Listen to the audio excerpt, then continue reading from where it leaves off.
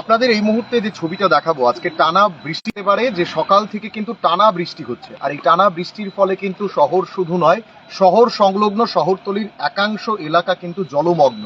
আপনারা বলদাখাল এলাকায় জানেন যে প্রতি বছরই যখন বৃষ্টি হয় সেখানে কিন্তু একটা বন্যা পরিস্থিতি তৈরি হয়।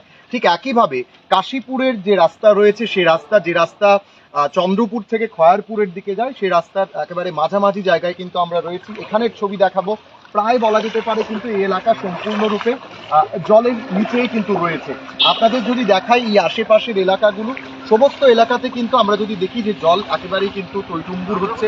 এবং এই মুহূর্তে যে ছবিটা যেটা আমরা দেখতে পাচ্ছি, যারা সাধারণ মানুষরা রয়েছেন তারাও কিন্তু এখান দিয়ে বেগ পোহাতে হচ্ছে। এবং এই মুহূর্তে যে ছবিটা আপনারা দেখতে পাচ্ছেন একেবারে কাশীপুরের ছবি, যা রীতিমতো কিন্তু বলা চলে এক প্রকার জলের তলায় রয়েছে। টানা বর্ষণ চলছে। এখানে সবচাইতে মূল বিষয় থাকে শহরের ড্রেনগুলো কিরকম ভাবে রয়েছে। আপনারা যদি দেখেন যে এই রাস্তার দুপাশে, এটা আমরা নো ডাউট এটাকে আমরা হাইওয়ে বলতেই পারি, এই রাস্তার দুপাশে যদি দেখি ড্রেনেজ সিস্টেম কিন্তু খুবই বাজে।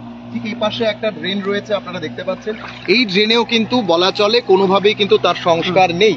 এবং অনেকটা বেগ পহিয়ে কিন্তু এদিক দিয়ে সাধারণ যারা নাগরিকরা রয়েছেন তাদেরকে কিন্তু আসতে হচ্ছে। আপনারা একটা দেখতে পাচ্ছেন একটা অটো রয়েছে, সেই অটোটাকেও কিন্তু সম্পূর্ণ বেগ পহিয়ে সাধারণ নাগরিক যাত্রীদেরকে কিন্তু যেতে হচ্ছে।